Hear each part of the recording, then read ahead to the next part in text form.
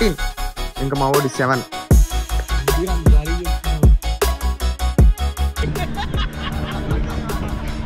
ఫోటోలు చెప్తున్నారు జనాలు.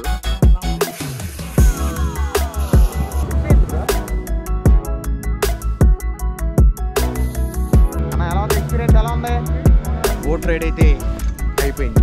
పాండిచేరి కృష్ణలో ప్రతి ఒక్కళ్ళు అందరూ టెస్ట్ చేయాల్సింది బోట్ రైడ్. ఎదురుపోయి పెట్టిన డబ్బులకు వర్త్.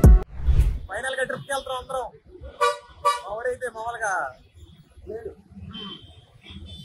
మేము కూడా పెంచాలండి, అంత మంచి target. A few moments later.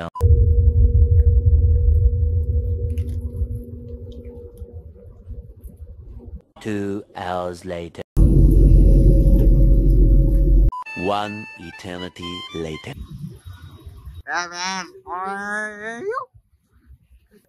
అలా అయితే సమయం వచ్చేసాం.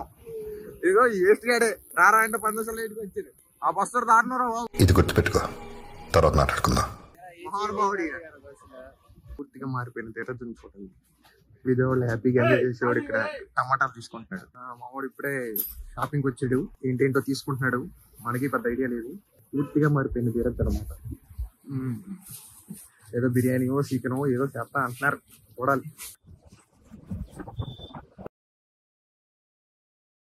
కరెక్ట్ గా 7 అవుతుంది.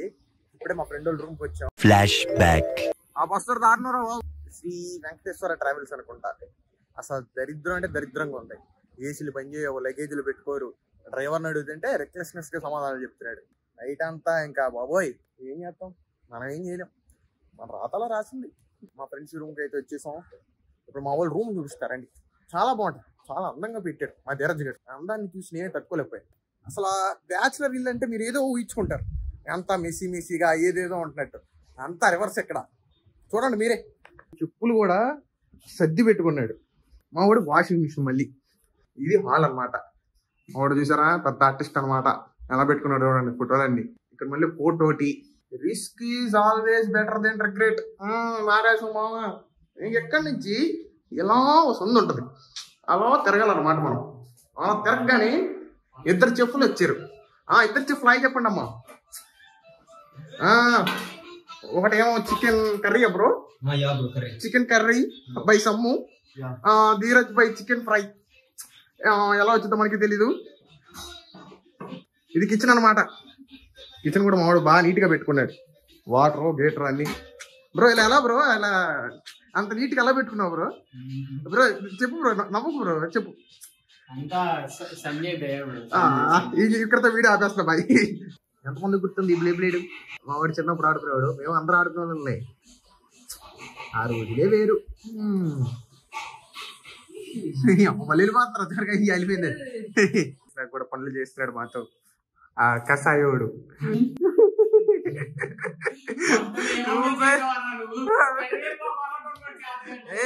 Water talking. అదే నన్ను అనకండి రా, పర్లేదు రా సమ్ము, నేను నీకున్నాను, నువ్వే చేసేసి అన్ని చివర్లో మమ్మ అంటా. నేను ఉండేవు అనమాట. అసలు మామూలు కళాఖండం కాదు, పైదాకా వచ్చేసింది. ఎలా ఉన్నా తినేస్తాం, ఆకలేస్తాం. Bagara rice, chicken fry, chicken curry, ఉల్లిపాయ ముక్కలు, వాటర్ బాటిల్ కూడా ఉన్నాయి. చెఫ్ 1 చెఫ్ 2 ఇవన్నీ చేసింది నేనే. వాళ్ళందరూ నేను వెనకాల చెప్తేనే చేశారు, అంతే కదరా. నేను వెనకాల మొత్తం చెప్పి చేయించాను. బాగుంది చికెన్ కర్రీ, బాగుంది. అయిపోయింది, మొత్తం తినేసాం. నేను చెప్పినట్టే చేశారు. రై బాగా చేశారు ఇద్దరు, శబాష్. యా చాలా బాగుంది. నెక్స్ట్ ప్లాన్ ఏంటో మాకు తెలీదు, చూడాలి ఏం చేస్తాం ఏంటో. ఇప్పుడు మనం హాల్ట్ అనే కేఫ్కి వెళ్తున్నాము. సరదాగా కొంచెం టైం స్పెండ్ చేద్దాం అని చెప్పి. అలాగే అటు నుంచి మాల్స్కి కానీ ఏదోటి తిరుగుదామని ఆశ ఈరోజు. రేపు పొద్దున్న ఏం చేయాలో ఈ రోజు నైట్ ఆలోచించి ఈ రోజు నైట్ మళ్ళీ అప్లోడ్ చేస్తాను మీకు. ఓకేనా? Thank you.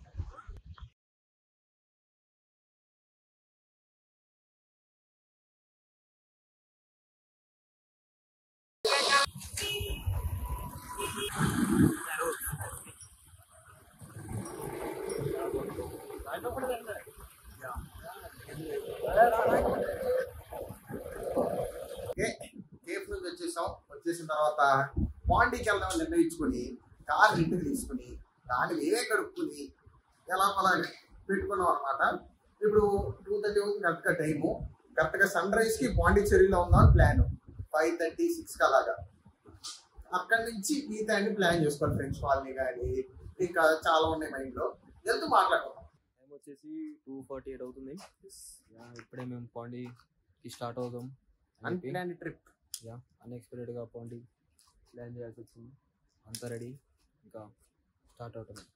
అన్నే హెవీ డ్రైవర్.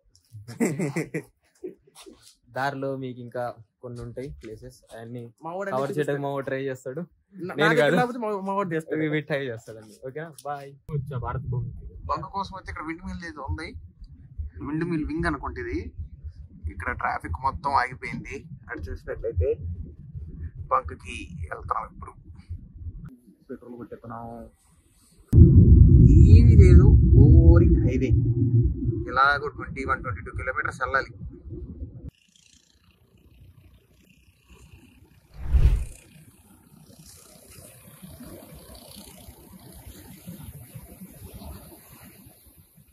చాలు, ఫుట్టోలు దిగడమే పని. అరే వైడ్ యాంగిల్ ఫుట్టోలు దిగడమే.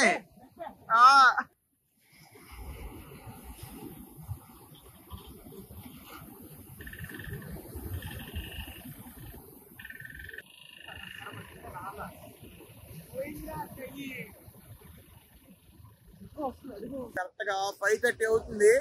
నేను ప్రశాంతం కార్ లో మంచి స్లీప్ వేసా. ఏమీ లేదు పెద్ద ఇంట్రెస్టింగ్ గా చూపించడానికి అని చెప్పి. దగ్గరగా పాండీకి ఒక 20-30 కిలోమీటర్స్ ఉంటుందా, ఒక 20-30 కిలోమీటర్స్ ఉంటుంది. ఒక మంచి బీచ్ కి అయితే తీసుకొచ్చారు. వ్యూ అయితే అసలు మామూలుగా లేదు.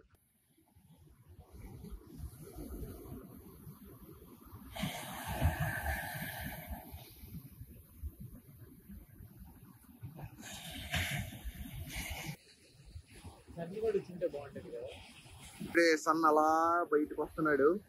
మబ్బులు కొద్దిగా కమ్మేస్తున్నాయి కానీ బాగుంది వ్యూ.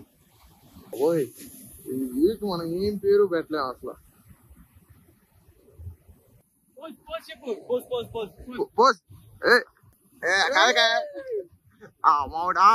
నైస్ పోస్ అలా మామూలుగా లేదు. సన్ ఇంకా రేసేయాడు. అలాగా అలల మీద సన్ రైజ్ పడుతుంటే అసలు వేరే లెవెల్ ఉంది వ్యూ అయితే. కతే కాళ్ళ నిండా ఇసుక. కారులో ఉంటే కారు మొత్తం ఖరాబ్ అయిపోద్ది. ఇప్పుడు మా వాళ్ళు అందుకే అటు లోపలికి వెళ్ళి ఎక్కడ నీళ్ళు దొరుకుతాయని చూస్తున్నారు. మనం కారు వేసుకుని వెళ్ళాలి. పదండి వెళ్దాం. యారే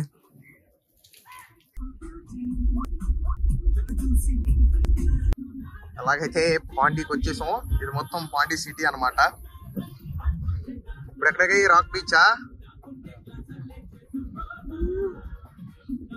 ఇది కనిపిస్తుంది సారా, ఇది లైట్ హౌస్ అనమాట. ఓల్డ్ అన్నాడు, ఎప్పుడుదో ఏంటో మరి. నాకు తెలిసి చాలా పాతదే ఉంటుంది. దీని పక్కనే మన గాంధీ తాత గారు ఉన్నారు. ఒక్క నిమిషం ఇదిగోండి, గాంధీ తాత గారు స్టాచ్యూ అయితే ఉంది. ఇలా పక్కనే చూస్తే ఒక బ్యూటిఫుల్ వ్యూ, బీచ్ వ్యూ. నిండా రాక్సే ఉన్నాయి, అందుకే దీన్ని రాక్ బీచ్ అంటారు అనుకుంటా. చేసాం ఫ్రెండ్స్, పాండిచేరి రాక్ బీచ్ అంటారు. మీ బీటెక్ కుర్రుడు ఏదో ఆలోచిస్తున్నాడు, ఫోన్ మీద పడినాయి. అలా రాక్స్ మీద కొద్దిగా జాగ్రత్తగా రేగాలి, లేదంటే పడిపోతారు. ఈ కాలు తడుపుకుందామని ఇలా కిందకి వచ్చాం. మా వాడు చాలా సింబాలిక్ గా లెట్స్ గో అన్నా కనిపిట్లా, let's to go the to ఏదోట్లే బీచ్ అంట. అన్న అయితే డీప్ గా ఆలోచిస్తున్నాడు, ఏంటి నా జీవితం అది ఇది అని. బీచ్ అయితే చాలా బాగుంది. ఇక్కడ వస్తే ఫుడ్ కోర్ట్ ఉంటది. మార్నింగ్ అయితే లేదు, ఈవినింగ్ అయితే ఇక్కడ అంతా నిండిపోద్ది. టాయ్ షాప్స్, ఫుడ్స్ అన్ని ఉంటాయి ఇక్కడ. అలా తిరిగేసి పొద్దున అంతా ఫ్రెండ్స్ కాలనీ, రాక్ బీచ్ అలా రూమ్కి వెళ్ళి ఒక గంట స్లీప్ వేసాం. ఇప్పుడు మ్యాంగ్రూవ్ ఫారెస్ట్ కి వెళ్తున్నాం. అక్కడ మనం పడవ వెళ్ళిద్ది అనమాట నది మధ్యలో నుంచి. అది ఈ రోజు పాయింట్ మంది. నేను గంట సేపు సర్దుతాడు. ఇవన్నిటికన్నా ముందు ఇంకొక పని ఉంది. ఇందాక అన్ని చెప్పాను కానీ తినాలి, ఆకలేదు. అది పెద్ద టాస్క్. ఇక్కడేమో మన ఫుడ్ దొరకదు. ఏం చేద్దామో ఏంటో. ఇది లైట్ హౌస్. ఇక్కడ నుంచి అందరూ మ్యాంగ్రూవ్ ఫారెస్ట్ కి పక్కనేనా ఐఫిల్ టవర్ పెట్టారండి అక్కడ. నువ్వే పెట్టించావు కదా, ఎంత ప్రేమ అయితే నా మీద. మనకి already we went bro last year only. We just came at like 3 chains something like that. New union வந்து ரூல்ஸ் அண்ட் ரெகுலேஷன் எல்லாமே வந்து நம்ம டூ ப்ரைஸஸ் மட்டும்தான் 500 400 2 ப்ரைஸஸ் மட்டும் బేరవాడి ముగ్గురికి 1000 రూపాయలు సెట్ చేశాడు. Which language I spoke bro? Tamil set అన్న నువ్వు నా తమిళుడివి ఆడి తమిళుడు ఏంటన్నా ఫారెస్ట్ బోర్డులో కనిపిస్తాను అంటే మీకు వెళ్ళేదారి మొత్తం కంపెనీస్ ఉంటాయి, చాలా ప్యాకేజెస్ ఉంటాయి. కాకపోతే ఎక్కువ ప్యాకేజెస్ తీసుకొని మనం ఎక్కువ కంగారు పడేదానికన్నా తక్కువ తీసుకొని ఎక్కువ చూడడం మనకి చాలా ముఖ్యం. మాకు చెప్పినప్పుడు అయితే 1500 చెప్పారు పర్సన్కి, మేము 350 చేసుకున్నాము. 1000 పడుతుంది మాకు ఇప్పుడు. అలానే మీరు కూడా చాలా తక్కువ చేసుకుని వెళ్ళడానికి చూడండి. ఇక్కడికి వస్తే డబ్బులు అయితే ఎక్కువ పెట్టుకోమాట.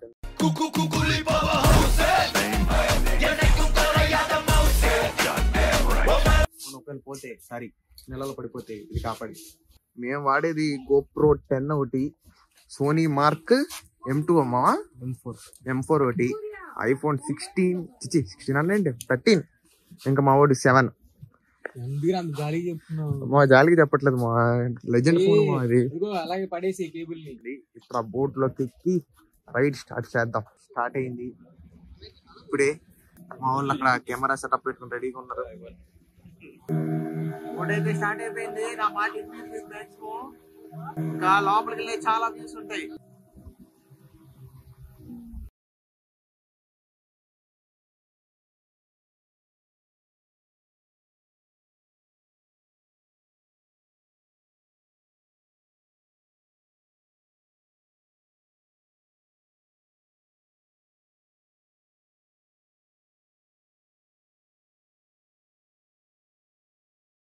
అమ్మ ఊపుతున్నాడు బోటు, మామూలు పట్ల ఇది చాలా చుకారం.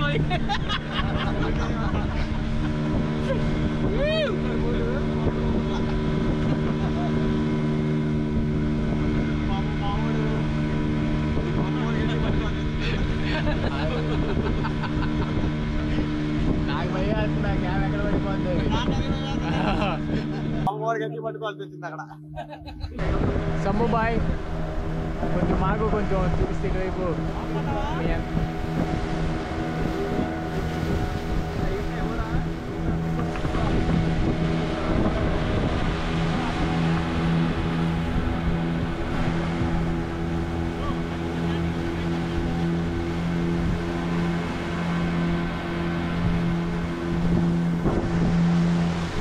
ఎక్కడేమో కానీ స్టంట్లు ఎక్కువ చేయాల్సి వస్తుంది. ఈ దీవిలో ఒక చిన్న పాత బిల్డింగ్ ఉంది, అక్కడ ఆపారు. 10 నిమిషాలు వెళ్ళి చూసుకురండి అని చెప్పి. అక్కడ సన్ గ్లాసెస్ అమ్ముతున్నారు. మాది మామిడికాయగా మామిడికాయలు అమ్ముతున్నారు అక్కడ. మా వాడే ఫోటోలు చేస్తున్నాడు. పర్లేదు బానే ఉంది, కానీ రష్ చాలా మంది ఉన్నారు జనాలు.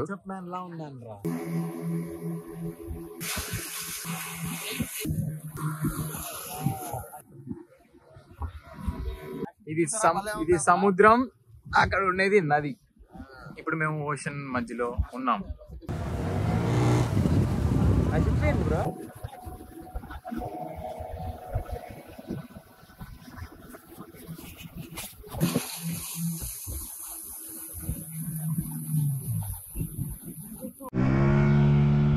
అన్న ఎలా ఉంది ఎక్స్పీరియన్స్? ఎలా ఉంది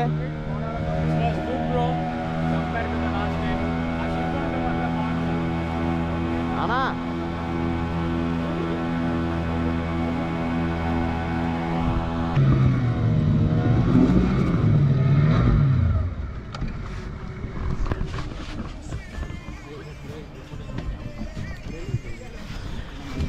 బోట్ రైడ్ అయితే అయిపోయింది. ఎక్స్పీరియన్స్ చెప్పాలంటే చాలా బాగుంది. పాండిచేరికి వచ్చిన వాళ్ళు ప్రతి ఒక్కళ్ళు అందరూ టెస్ట్ చేయాల్సింది బోట్ రైడ్. మామూలుగా లేదు రైడ్ అయితే, ఎదిరిపోయింది. పెట్టిన డబ్బులకు వర్త్. బోట్కి వెళ్ళి రైడ్ దాని పక్కనే కొద్దిగా అలా బీచ్ లాగా ఉంది, రాక్ బీచ్ లాగా. ఇక్కడ కూడా రాక్స్ ఉన్నాయి. ఆ షిప్ అయితే అసలు మామూలుగా లేదు, ఏదో స్టడీ షిప్ అనుకుంటుంది. మా వాళ్ళు మాత్రం ఆ చివరి వరకు వెళ్దాం మావా అని పంతం పట్టారు. నేనేం చేయగలను, నేను నడవాల్సిందే. ఇలా ఇక్కడ రాక్స్ మీద కూర్చుని ఆ షిప్ని చూస్తుంటే అసలు మామూలు ఫీలింగ్ లేదు. మా వాళ్ళిద్దరు స్నాప్లు కొడుతున్నారులేండి.